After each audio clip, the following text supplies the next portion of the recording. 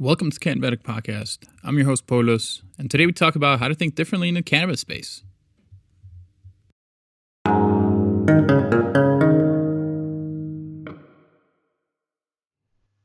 Three, two, one, and we're recording. We plan to do this for the past 2 weeks. Baby problems, business problems, everything's all around. Thanks for doing this, Marc. Yeah, thanks for having me, man. I'm really stoked to talk to you. So since we're both diabetics, we talk a lot about diabetes. This podcast is focused on the cannabis industry. That's why I brought you on. You've been working with a whole bunch of cannabis startups. You were in the panel. I know that you probably supplement cannabis with diabetes. I want to talk a little bit about that. Sure. I know you as a type 1 diabetic and a designer. So please introduce yourself, who you really are. Who's Marc Hands? Wow, that's a solid intro. Yeah, my name is Marc Hands, type 1 diabetic for over 30 years. My professional job is I help people think differently. And so I help people think differently about their businesses, about their branding, marketing, business strategy. I help everybody from early stage entrepreneurs to kind of like more long-term and sustained large corporate kind of like enterprises and stuff. And so I guess I'm a creative consultant. I'm also the founder of a startup as well, a few of them over the years. But when you reached out with the opportunity to talk, I was like, oh, this is like perfect because it's in the cannabis industry. We're both diabetic. It's about business and strategy. So I'm just stoked to talk. I love this stuff. I'm stoked to be on here. How did you get into the creative industry?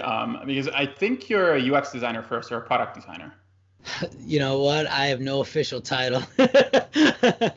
LinkedIn would be professionally, creatively ambiguous. So yeah, I got into creative work. I mean, I've always been a creative person. And so literally from the time I was a kid, I'd have little side hustles, anything I can do where I saw an opportunity, whether it was, making stuff to sell in a Grateful Dead concert parking lot, whether it was selling stuff in high school, whether it was getting 5 different side gigs. I've just always liked working. I was a teacher for many years, actually. I was a public school educator for almost 13 years. And so there's a lot of creativity in trying to figure out how to keep 30 kids in the inner city of Chicago entertained. And I would say probably around like 2006, I think IDEO put out a thing called Design Thinking for Educators. And I just saw it, I read it, I was like, oh man, what's design thinking? This is amazing. And so I just started doing it. I started consulting, started learning, and I've been doing it for quite some time. How did you get into the cannabis industry, or what was the first interaction with that type of business? Yeah, there've actually been a few. One came to me from a personal connection. So a great buddy of mine's cousin had a startup. They make these awesome cases that are smell-proof and child-proof cannabis cases. And the guy was a product engineer. And so I got introduced to him. We talked a little bit about some branding, marketing, and strategy in there. Just recently, I spoke on that panel for Defy Convention. There's a studio here in Chicago that puts on a really cool event every month. It's called Defy Convention. It's for risk takers, status quo changers, etc. And last month's event was focused on the cannabis industry. So I sat on a panel and gave some feedback to 2 startups that were having some challenges. Can you talk a little bit about that meetup if you can? Yeah, for sure. It was cool. So Lime Red Studios here in Chicago, they're a full service design agency and they focus on nonprofits. So kind of nonprofits and organizations that are social entrepreneurships like B Corps and stuff like that. And so they just have a cool little community, again, of like big thinkers, risk takers. And they said, hey, we should all get together every month. And why don't we focus on a different industry each month? And so every month at Defy Convention, you just get a panel of experts. You get 2 companies within a vertical that'll come and kind of pitch about what their company is and what the challenge they're having is. And then the panel gives some feedback. The audience gives feedback. It's like awesome networking. It's a pretty cool event. What's your perspective on the cannabis industry from the creative side? Like, what do you see? Any trends, changes? Obviously, the whole legalization shift in Chicago and all that. Yeah, I think one of the biggest challenges just holistically in the cannabis industry is that you are going to not only be fighting on a business end, regulatory, statutes. You're going to really be defined as an industry and heavily regulated. The second part on the branding, marketing, and even the product development side in cannabis industry, one is like any other business, are you building something that people want? And yes, people want marijuana. It's evidenced by every other state that's gone legal. So there's no doubt that the market is there, but how do you differentiate yourself in the marketplace? Number one. Number two is that are you educating customers, or are you servicing customers? Or are you doing both, or are you doing neither? It's really just making sure that these brands that are evolving, and again, when I say brands, I'm thinking again, companies that are producing flower, edibles, products, or even, goods, products and services around cannabis industry. You're fighting a social stigma. And so I think one thing that companies have to do is decide, are they going left or right? Are they going to educate the non-users and trying to transform them and ease the stigma around cannabis, or are you just going straight to your customer and developing only for them? And even so, you could probably still educate them quite a bit as well.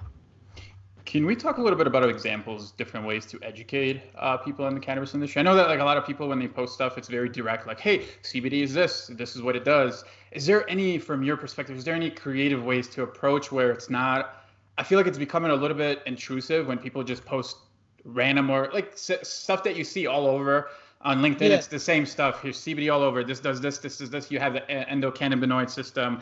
THC is this and THC that. Is there any other way to educate people rather than just posting the same shit almost? Yeah, well, one thing I learned at that event last month is that the FDA actually has regulations on the claims that you can make specifically around THC products. So even though people that might have cancer and be going through chemotherapy and use a CBD product and get relief, that's reported. It's just not validated to the point that the FDA will allow it as advertising language. So as an example, if you have a CBD company and you post a post, let's say an Instagram post, and you say, CBD helps cancer patients eliminate pain, you can't say that. Even though we know that it's true, you and I probably know people, my mom actually benefited from, CBD oils and lotions when she was going through her chemotherapy, but as a company, you can't say it. Now, there's the ways around it. If independent influencers want to do it and there's no like money exchange, there's ways to do it. But I just think I guess to answer your question is, how do you get away from posting the same shit over and over again and educate people? I think you need to figure out, who are you trying to educate? What's that user persona? Is it a non-user? Is it a recreational user? Is it a potential medical user, but they're skeptical of the stigma of cannabis? And then make that message as tailored to them as you can. I think in marketing and branding, we say you don't have to be everywhere. You just have to be where your customer is. That's it. Be in the 3 places that they are: online, in their mailbox, and on their drive to work. If you can be in those 3 places, you're going to be okay. I think the same thing's true with education. Figure out where you're trying to educate those people. What are the points that you're trying to educate on? And again, as always, build, measure, learn. Put something out there, measure how it did, learn the insight, and continue that build, measure, learn loop. You said something very important, and it's a user persona. Lately, I've been having a lot of regular CBD brands on Instagram just following me. It almost seems like a bot or something. And a lot of companies that I notice, like startups in the cannabis industry, it doesn't seem that they have their persona defined. Can you walk through steps, like I guess an easy path or some examples, how to define that persona, how to reach out for them and making sure that it's the right persona that fits your business? Yeah. So for folks that might not be curious, again, a persona is like a fictitious representation of a general customer, right? Millennial Marc, right? Like physically fit Polyus, right? These are people that we just make a generality about. And so I think what you're getting at is saying, like, how can companies zoom in on who is the persona they're trying to hit so that they can actually not waste time reaching out to people that are not, in their base. The way that I always like to think about a persona is to really start with like some sort of basic demographics, right? So it's like, can you guys see if I write on this? Is it like backwards? Or try it out. Right. So like. Perfect. I can see everything. Okay, cool. So like, if I'm your persona here, I want to know like, what, give me a fictitious name. What's my age range? What's my gender? What's my race? What's my level of education? Again, what motivates me? What brands do I like? What are my hobbies? What angers me? Where do I shop? It's like all these things you're trying to just think about. Oh, Paulius, I bet he doesn't go to like GNC. I bet you order your stuff, your supplements like online, right? Like maybe that's like something I think a general persona of you would be. And once you can get more clear about the details of like who you're trying to reach, then it's just a matter of finding those people, right? maybe you find one and you say, hey, do you shop at GNC or do you order shit online from Onnit? They're like, oh, I never go to GNC. Guess what? Don't waste your advertising dollars at GNC because the people you're trying to reach are not there. So again, I think that for people trying to post their target influencer marketing on social, you really should get as defined as you can as to who that user is, what motivates them, what pages do they follow. The way you do that is you just do your research, right? Like you go to where you think they are, look in the comments on Instagram, look at the profiles in the comments and click on them and be like, oh, I might look like the guy or the girl, and find out what they follow, send them a DM. Like, dude, just ask people. Like literally, I would just, if I was in that position, I would take my phone, I'd send a DM, be like, hey, I'm Mark, I have a brand, I think you might be a good fit. Are you into this? And if they're like, no, be like, okay, thanks, have a good day. Done, like 20 seconds done.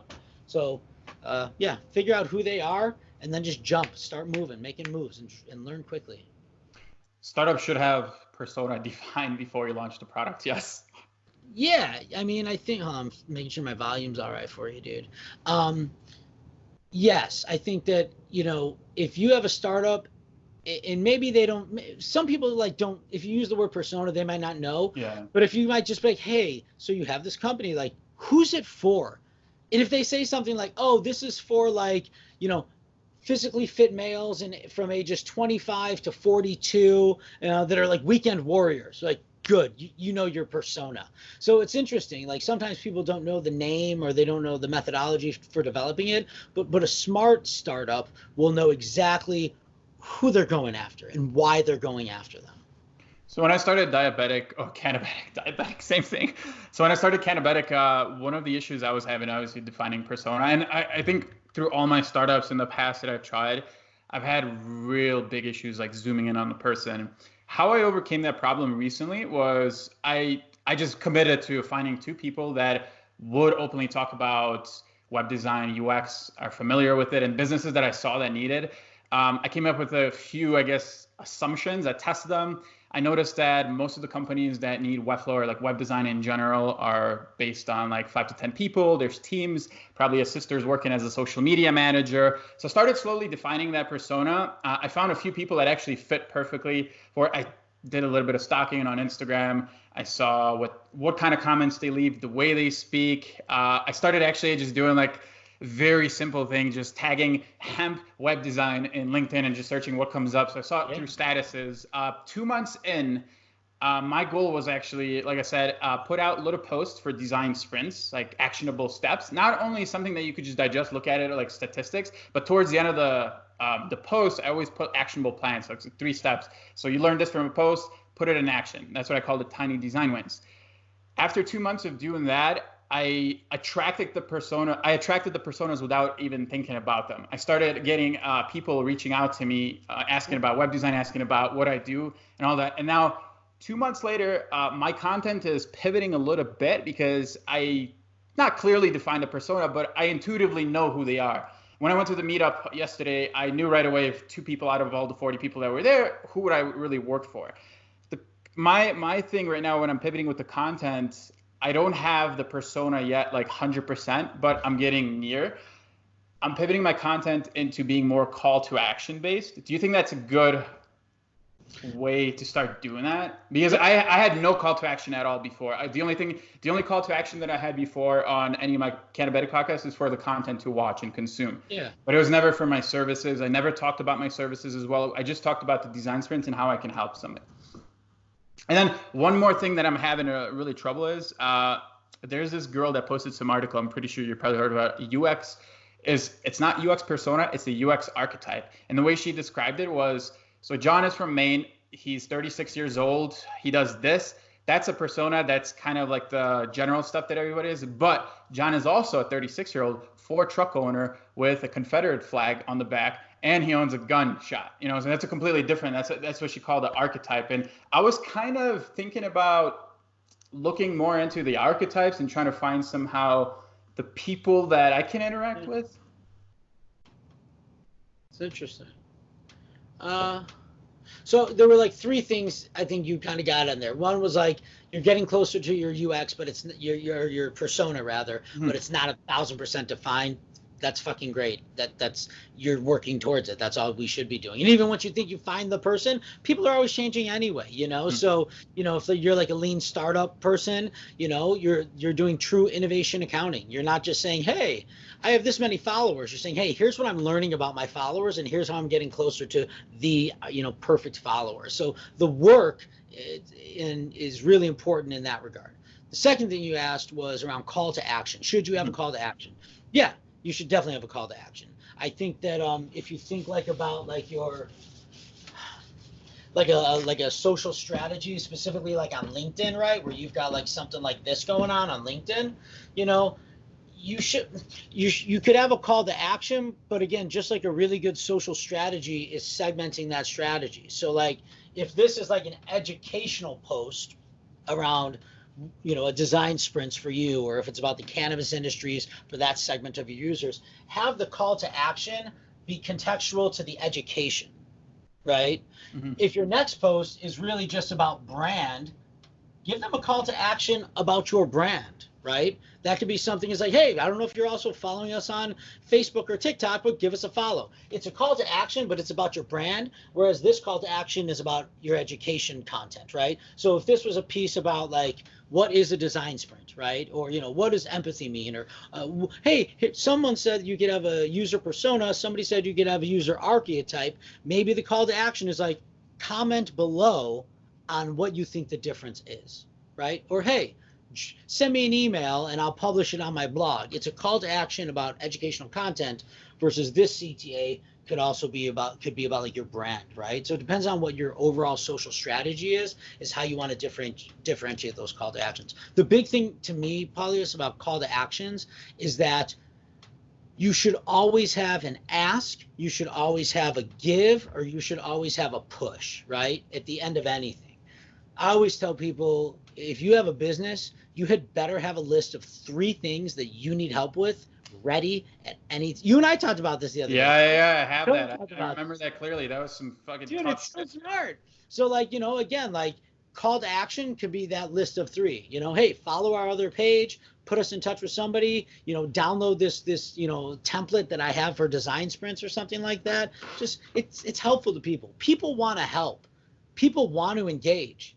But you got to actually sometimes show them and tell them how to exactly do that, How many times you spend like scrolling through your feed and just like, no, like if someone's like, hey, comment, list the person you think is the most creative in the cannabis industry. That's a very specific call to action. That's someone that is in your niche is going to see that and be like, man, I know some creative people in the cannabis industry. I'm going to comment because you specifically asked me or, called me to action to do something specific.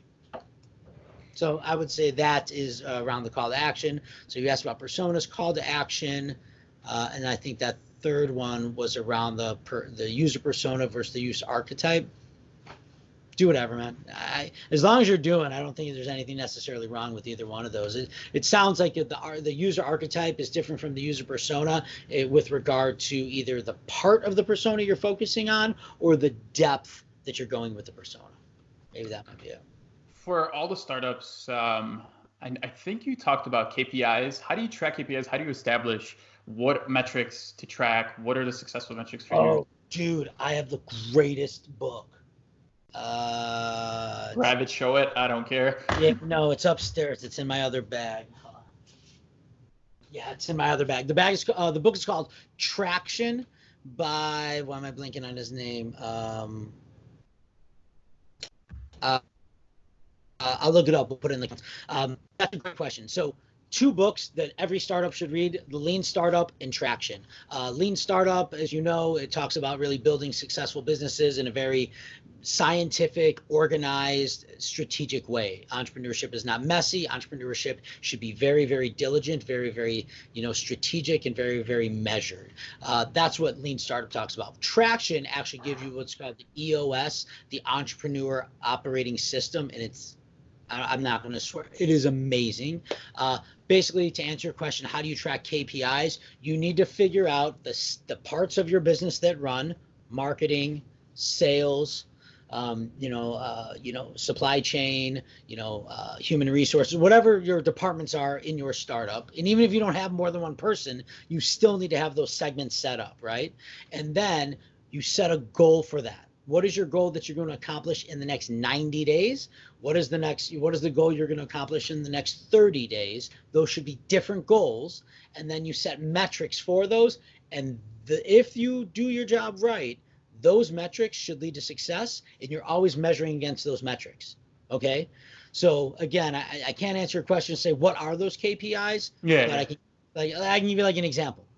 How about we do this? Let's say I have a startup. I have a physical product. It's packaging for cannabis dispensaries for flower. It's packaging for flower. I have a startup. We just started. I got a little bit of products in the back. I'm ready to sell them. What do I do? How do I start? How do you start? Tracking KPIs. Selling? Oh, tracking. Yeah.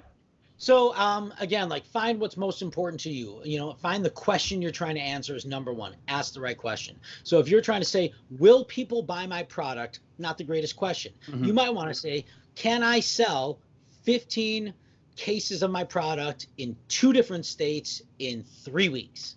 It's measurable. It's specific, right? That's like your big goal. Then what's the micro goal? The micro goal might be like, all right, I am going to have to, if I want to sell to, this many dispensaries, I need to reach out to this many dispensaries. So if my goal is to sell to 5, then my micro goal is reach out to 100 dispensaries. Because if I reach out to 100, I'll probably hear back from 50. I might have meaningful conversations with 10, and I can get down to my 5. So that's a KPI to me. It is a strategic, measurable, time box goal that is reaching up to a larger goal. So that's how I go about setting it. Be scientific about it. Very specific, asking the right question for KPIs, right? To track the right thing. Exactly, right. So again, like I remember Dropkit. I have like Dropkit. Mm-hmm. So Dropkit, when we started that, our question was not, can we build a successful business model? That was not our first question. Mm-hmm. Our first question was, can we get a product made in the next 6 months? Once we determined we could, the second question became, can we build a product that people will pay us money for? That was it. We did not ask about, can this become a successful business? We were doing micro goals. So once we built our product, we got it made, we imported it, right? We had it custom made. Then we're like, all right, people going to buy it? Yep. Turns out people are buying it. We're now in the process of trying to answer the question, based on what we've sold and how we've sold it and where we've sold it and what we've made, is there a long-term business strategy here that makes sense, right? Mm-hmm. If you're just going to pay Amazon 40% of your budget to market on Amazon and sell it, and you're only eking out that much of a profit, it's not profitable. It doesn't make sense. But if your goal is to just sell product and not make money, which are 2 different things, if your goal is just to get a good product in people's hands and you don't care about eking out a profit, that's a different question. But you have to start with a good question.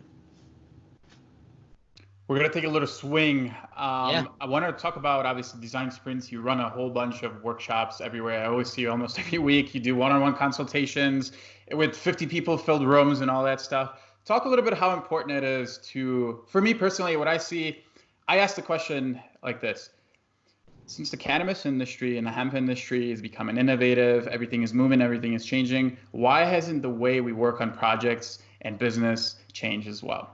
Why hasn't regular companies or smaller companies adopted a little bit more design principles? Because design's been for years, and if you look at the metrics, right, when in the 90s, Apple, Coca-Cola, and all, as soon as they started implementing design, the companies just skyrocketed. So I want to talk about the importance of running workshops, the importance of changing how do you solve a problem with your team and getting the right answers from your team and just getting more out of the people versus trying to hire somebody. Maybe that problem could be solvable with your team. This is a really good question. I think a lot of companies are changing their mindset. They're trying to work differently. There's just a lot of like theories, methods to doing that.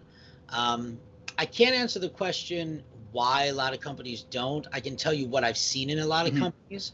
What I've seen in a lot of companies is within like these large enterprises, and I'm talking companies that employ 100,000 people or more. Mm-hmm. You have such a hierarchy of leadership and ownership that depending on where you sit within the organization or within a company rather, your leader is usually going to be the one, if there's that leadership structure, that's going to be the one that sets a tone. If they're not a believer, nobody on their team is going to be a believer. They're all going to bounce and get out of there anyway. So one is leadership. Leadership is key in helping organizations and companies really think differently. Two is, and you brought it up, is are you inheriting a team or are you building a team? If you are inheriting a team and you're in a company, you have a much taller order because you have to inspire, motivate, evangelize, and then equip and educate people and give them the ongoing support to do this, to think differently. The worst thing people do is they do like a one-day workshop and they're done. You're like, nothing will ever change there. This is about setting up time. So this is the specific, this is like the direct answer to your question. How do companies start to think differently? They have to invest their number one most precious resource, which is time and people. They have to set up time and to say, we're going to start small, but for the next 2 months, every Friday from 12 to 1, we're all going to grab lunch in a room and we're just going to crank. We're going to have like a jam session. And just giving people kind of a structured and a defined place to be, to think creatively. That is where idea generation begins. And then again, we have a million and one ways that we can take those ideas through ideation and design and prototyping to come to life. But you have to invest your time in your people. That's the number one thing. Leadership and investing time in people to think differently and to design, or to adopt rather like a design mentality. Whether again, that's using Google design sprints or some D-School methodologies or just going to IDEO and downloading activities, hiring me, do that shit. But I mean, that's really what it is. You have to dedicate time, and it has to be ongoing, right? It's like going to the gym, dude. You cannot go to the gym for one day a quarter and think your life is going to change. It is about consistent, dedicated, professionally facilitated practice until it becomes habit, and habit just becomes like life, and that's just it. Like, I don't even think, I'm sure like we don't even think about this stuff, but everywhere I look in the world, I see a design challenge. I see an opportunity to think differently and design something differently for people everywhere, whether it's the sign on the bathroom in a restaurant, whether it's a product I'm buying, whether it's a service design when I'm at a restaurant. Like, I just see this stuff. So, again, that just happens because you do it so much. So set up time, get it done. Speaking of workshops, can you talk about the most challenging aspects of workshops? Because I know when I read about people that run workshops, whether it's design sprints and just business consultation workshops, the biggest thing that they're having is aligning people together and warming it up. Is there ways to, when you're starting to introduce a new system into your business and trying to get employees to follow that, is there a way to warm them up, or is there a way to introduce that so it kind of everybody gets it? Like you said before, you need leadership and you need everybody else to believe in you because you're the first one that believes in it. Yeah, I mean, so one way, this would just be like a little nugget, but one way I've always found to kind of disarm the room and to kind of like right off the kind of bat, just like chill everybody out a little bit, is to be very honest about what's about to come, right? So I'll always say something like, hey, so what we're about to do, there's 3 things you need to know. I always say the same thing. There's 3 things you need to know. 1, this is not my process. I did not create this theory. This has been around forever. It's tried, it's true, it's tested. It's the stuff that helped, the Kelly brothers helped Steve Jobs design the first mouse ever. This stuff's been around. So number 1 is trust the process. All right. You don't have to trust me, but just trust the process, right? Second thing you should always tell people is that in a really well-designed workshop, everything you do is by design. So if you feel rushed, flustered, uncomfortable, if you feel like, oh, I had it, but now we don't agree anymore, and what's going on? It's all by design. Okay. So again, you feel rushed, great, it's by design. You feel like you're out of comfort, it's by design. If you're feeling like you've lost track of time, it's by design.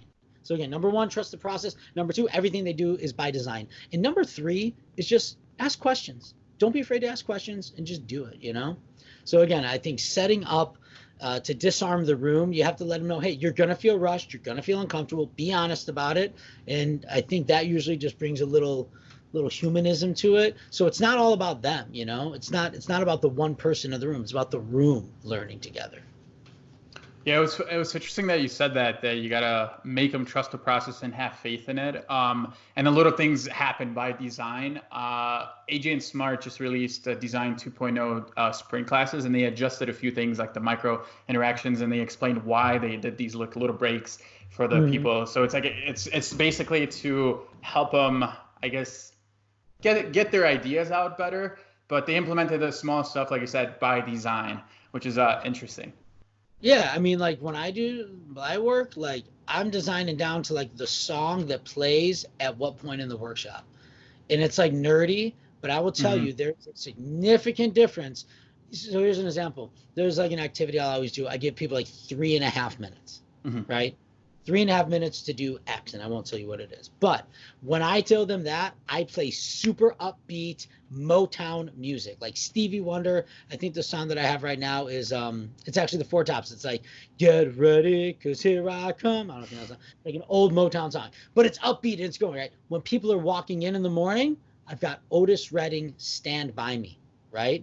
Nice and easy, soul. Everybody kind of walks in with their coffee in the morning. It's kind of like, oh, it's all right, sets people at ease. Have a seat, relax. And then throughout the day, by design, we're ebbing and we're flowing in energy, but we're always leading towards like that final good output for the day. So, yeah, everything by design, from music to the type of markers you use. I tend to use. Like, That is very true. The markers are important. Yep. yeah, fat Sharpies, right? There is a significant difference between a fat Sharpie and a Papermate Flare. Mm-hmm. You give people this, they feel like they're writing an executive summary, and they're going to put a lot of detail and a lot of thought because it's thin, it's little, and it fits easily in their hand. You give them a fat Sharpie, it's big and clunky. You're not going to get any detail with that fat chisel tip. So again, when we got to sprint and we got to get those ideas out, go with a fat Sharpie. This will give you big ideas really quickly. This gives you more detail when you have time. So yeah, everything by design. All right, we're going to pivot into the most important part that I brought you on here. And I asked a lot of cannabis and hemp entrepreneurs. Everybody's in the market and everybody's in this industry trying to raise money. I know that you've done pitch workshops. I'm pretty sure you helped develop pitches. So I got a whole bunch of questions, obviously, is how do you get in front of the right people? How do you find the right people and the target audience for investors, like from, I guess, investors? All right, so how do you get in front of the right audience for investors? The good thing about investors is they are not hiding. They want to invest in you. They want good businesses to invest in. So number one is, if you're looking at a geography, find the VCs in the geography. Go to either any sort of tech incubator, look at your city's website. The city of Chicago, as an example, has a great list of that stuff. But find the investors in your geography.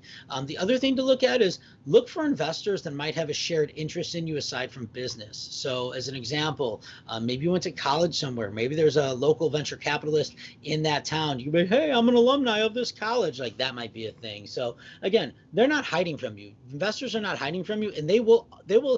There's a big misconception that it's hard to pitch a VC, right? That's not true at all. Like that's like going into Dunkin' Donuts and be like, I can't find anyone to like sell me a donut. It's like, no, they're there. It's their fucking job. Their job is to give you money. Like it's not hard to get in front of them. You just got to find, again, like do a little Google work, find the VC. If you're going to a non-VC, if you're looking for other investors, that's a very different story. That's looking for like private money, seed money, early stage, kind of like angel investors. That can be a little more difficult. What I would say is, again, going back to the persona, is who do you want to do business with? Right? You have a choice. You don't have to have anybody. You shouldn't just take all the money that comes your way. Be strategic about who is a good investor for you. Is it a cultural fit? Is it a historical fit? Is it a geography fit? And just think about who you'd want to invest. And then again, you can find those people. One hack technique that I have for getting in front of people just in general is be where everybody else isn't. Here's what if you find somebody, like let's say you have a cannabis industry and company, and you want to get in front of an investor that heavily invests in cannabis. Okay, what is everybody going to do? They're going to do two things.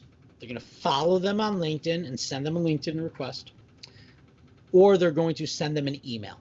That's where everybody goes, right? Everybody else goes there. You should do that too.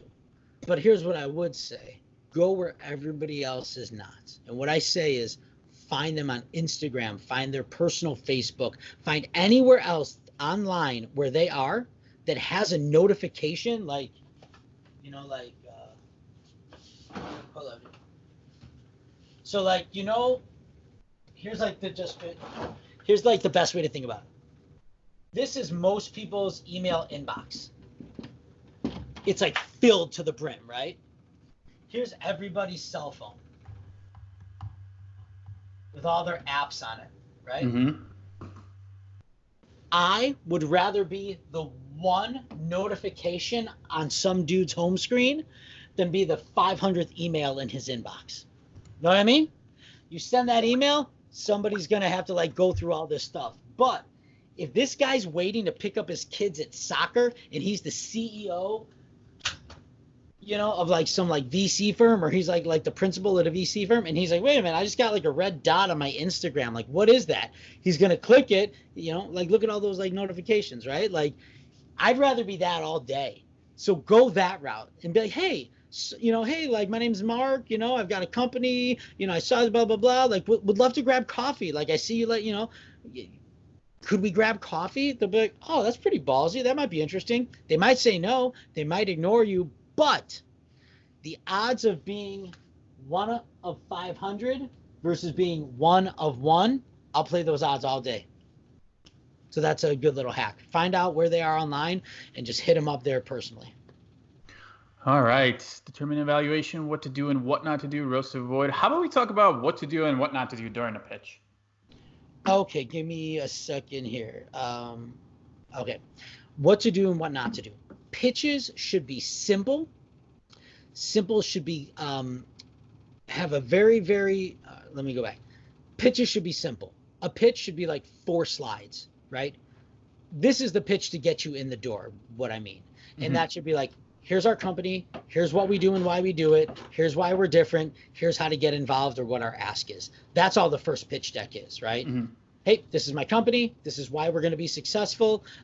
This is what we're asking of you, right? Series A round, this is much money, this much equity, or maybe you're not ready for money and you're just saying, hey, we're looking for people to join our board. We're looking for people to sit down and have a 30-minute coffee.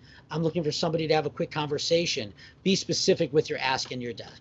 In terms of what not to do in a pitch, never lie.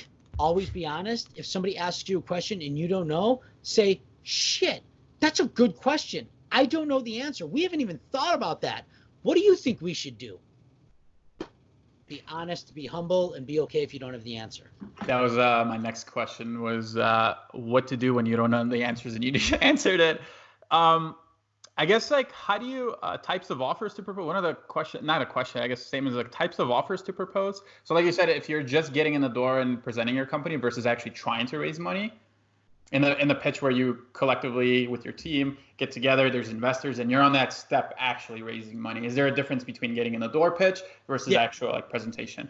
Oh, fuck yeah. Yeah. When you just want to get in the door, that's a very simple deck. When you're asking for money, the number one thing I can tell you is ask as many people as you can for feedback on your deck. Mm-hmm. Make sure your financials are tight as lithium, man. You got to have that those numbers have to be so clear so that they know. Because now they're getting to a point like, hey, we think your business is good. We're interested. But you need to be, it's what we call operational excellence. Mm-hmm. You might have the coolest brand in the world. You might have like the hippest shit ever. But if your business is fucked, nobody's investing with you. So you got to show them that you have thought through your financials and your planning are tight. And if they're not, say, we need help. We've got this great idea. We've validated that people want to buy it. I just don't know how to build a fucking business. Can somebody help me with that? People will appreciate that. So again, be clear about what your ask is. A lot of people, I noticed that you're saying completely different. You're saying if you don't know the answer, just tell them you don't know the answer. Can I get your feedback? If I don't know about this, can you help me with it? So you're basically saying just be more open and ask questions, and then investors are more likely to listen to you versus you trying to weasel your way around. Yeah, I mean, but the other thing is, if you're going to pitch somebody to invest in your company and you don't have your stuff ready, you're not ready to ask them for money. Mm-hmm. you know? And so again, like I would say, just be honest. Like before you get to money, there's a whole, I mean, there's a romance. It's like you want a one night stand or you want a relationship.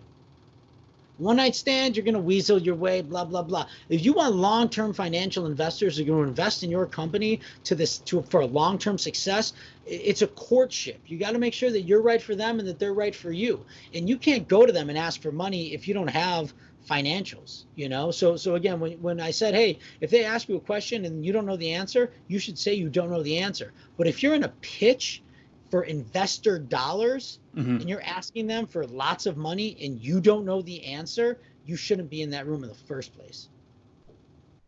So I guess I'm going to combine these questions. Presenting the amounts and forecasting the numbers. If you can talk a little bit about that. I'm not sure what that means. Well, it goes back to like lean methodologies, or if you've ever read Lean Startup, there's like that innovation accounting, right? Yep. So you could have vanity metrics, which are just like, these are the numbers, or you could have innovation accounting, which is like, here's what I've learned, here's what I've done, here's what I've learned, here's what I'm forecasted to learn. A lot of people will blow a lot of smoke about like large valuations of companies, and a lot of it's just kind of bogus. And so you have to just be honest about your numbers. And so forecasting, I think you said, what was it? You said forecasting. Yeah, presenting the amount and forecasting the numbers. How do you present to likely guarantee you the investment you're asking for? Okay, so that's a different question. So I would say to that is be really thorough with your budget in terms of what you think you're going to need. So that's like the first step is like, what do you think it's going to take to run your business? And that includes a salary for yourself and salary for your people and all your overhead. What's it going to take to run your business? What's it going to take to grow your business, right?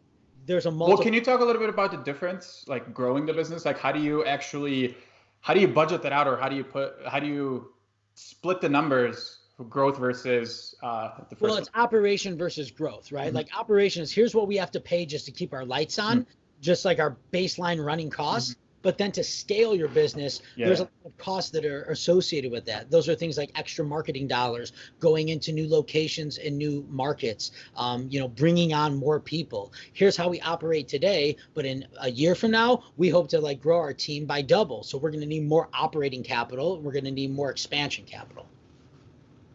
And I guess the next question, I don't know if this kind of fits in. Is there a difference raising 50K versus 500K? Yeah, the difference is just the number. Just the number, but everything else the same. Well, it determines. Here's how I look at it. The passion on your end should be the same. The level of ownership should be the same, meaning like you should have the same drive to get 50 as you do to get 500K. The difference there is going to be like, why do you need 500K versus 50K? If you can answer that question, then that's the difference.